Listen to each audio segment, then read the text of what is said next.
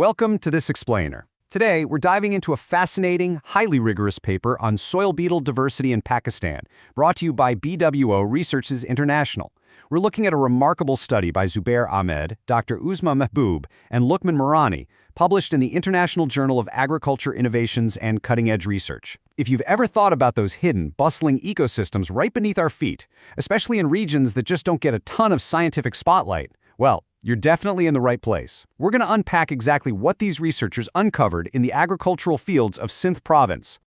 Okay, let's take a quick look at our agenda for this explainer. We'll start with the biodiversity gap, move into surveying the Konkar fields, then we'll be unpacking the beetle assemblage, highlighting 6 new country records, and wrapping up with the future of taxonomy.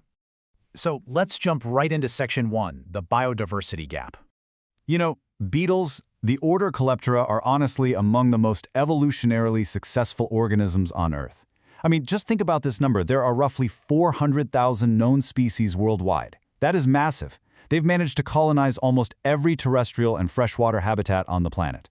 From recycling nutrients to controlling agricultural pests, their ecological functions are absolutely vital to keeping our ecosystems healthy and stable. But here's the catch. Despite this huge global number, we still have major blind spots in our understanding of where these species actually live, particularly in certain parts of the world. So, on one hand, we've got an extensive global understanding of beetles across all sorts of diverse ecological niches. But on the other hand, we have Pakistan. Now, Pakistan sits at an incredibly unique ecological junction, right where the Oriental, Palearctic, and Afrotropical regions meet. But despite this rich environmental makeup, rural areas, like the agricultural plains of Sindh, remain largely underexplored by entomologists. We're talking about small, isolated farming communities with huge gaps in their species distribution records. And as the researchers realized, we literally can't protect or fully utilize an ecosystem if we don't even know what's living. Which brings us to section 2, surveying the Konkar fields. To tackle this gap, the team focused on Kuda Buck's farm during the 2025 growing season.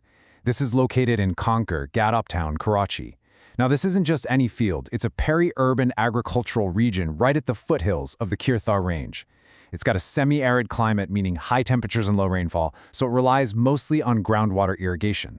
But what really makes this site perfect for the study is its mosaic landscape. You've got vegetable, fruit, and fodder crops sitting right next to native shrubs and natural vegetation. This mix creates all these different microhabitats, making it the perfect staging ground to see just how diverse the insect life really is in an active farming community. The team used a really comprehensive methodology here, sampling across pre-monsoon, monsoon, and post-monsoon seasons to get a complete picture. First up, direct hand-picking and sweep nets. Then, for step 2, they brought in yellow sticky traps, pheromone traps, and light traps. This ensured they were catching diurnal bugs active during the day, as well as nocturnal species coming out at night. Finally, in step 3, the collected specimens were preserved in 70% ethanol and carefully identified in the lab using standard taxonomic keys and morphological characteristics under a stereomicroscope. All right, moving on to section 3, unpacking the beetle assemblage. So, what did they find? The researchers successfully identified a total of 23 distinct species, and these 23 species span 9 different families of the Coleoptera order. For a relatively small agricultural landscape in a semi-arid region, that is a highly diverse group. It really proves that these farms are just teeming with complex biological activity. When we break down the species richness by family, Carabidae sits right at the top with 6 distinct species. They're followed closely by Carabidae, Curculionidae, and Tenebrionidae, each bringing 4 species to the table. We also see representation from families like Latteridae, Trogonidae, and a few others. This kind of varied spread across different families is a fantastic indicator of a healthy, functioning agroecosystem. But the crucial takeaway here is that these aren't just random bugs. They each hold vital jobs in the ecosystem. The Carabidae, for example, are your predatory ground beetles. They act as natural pest regulators by feeding on crop-damaging insects. Then you've got the Curculionidae, which are heavily associated with the plants themselves. The dominant Carabidae play a massive role in decomposition and recycling soil nutrients, and the Tenebrionidae are uniquely adapted to survive in these dry, semi-arid habitats. Working together, these different groups show us exactly how the soil ecosystem sustains itself. This diversity proves that even a small, semi-arid farm can harbor a deeply complex, functioning ecological community. Every single part of this community represents a critical function that keeps the farm viable. It shows us that maintaining native vegetation right alongside cultivated crops creates these microhabitats that allow diverse, beneficial insect communities to absolutely thrive. This leads us to our most exciting segment, Section 4, 6 New Country Records. Out of the 23 species identified, the researchers discovered an incredible 6 new country records. That means 6 species of beetles were officially documented in Pakistan for the very first time. This completely validates the initial premise of the study. Pakistan's fauna is still vastly underrecorded, and local faunistic surveys like this one are absolutely critical for understanding our global biodiversity.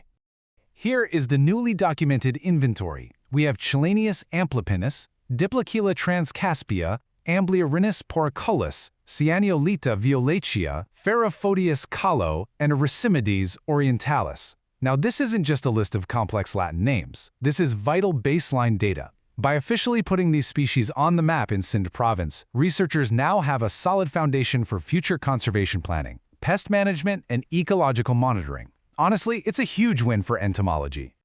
Finally, let's look ahead in Section 5, the future of taxonomy.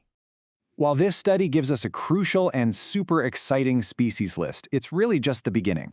The authors are incredibly transparent about their limitations. For instance, this study primarily sampled adult beetles using hand collecting and specific traps. What that means is they likely missed highly cryptic or deeply nocturnal taxa. To truly understand this ecosystem, there's a clear need for year-round sampling across multiple seasons and varying microhabitats. The ultimate goal isn't just a static list. It's to understand long-term population dynamics, how these beetles respond to agricultural practices, and how they react to climate change over time. To get there, the authors advocate for an upgrade in how we identify these creatures. While traditional morphological identification, looking at them under a microscope, is foundational, they recommend integrating DNA barcoding. This is a molecular taxonomy tool that uses a specific mitochondrial gene to verify species. It's especially vital for detecting cryptic species. Those are insects that look completely identical to the naked eye, but are actually genetically distinct. Combining traditional methods with DNA barcoding is going to be the key to achieving maximum taxonomic accuracy in future surveys. This study beautifully underscores the importance of continued exploration. It proves that localized, grassroots biological surveys are absolutely vital to understanding our global ecosystem and for establishing the true breadth of biodiversity in underdocumented regions. Because as this study shows, if just one small, semi-arid farm in Gadap Town, Karachi yielded 6 completely new species records for the country, it leaves us with one massive question. What else is hiding in the unexplored agricultural fields of the world? Keep exploring. And hey, if you're conducting original, high-quality research that contributes to global scholarship, we invite researchers, faculty members, and graduate students worldwide to submit your manuscripts to BWO Researchers International. Thanks for joining us for this explainer, and we'll catch you in the next one.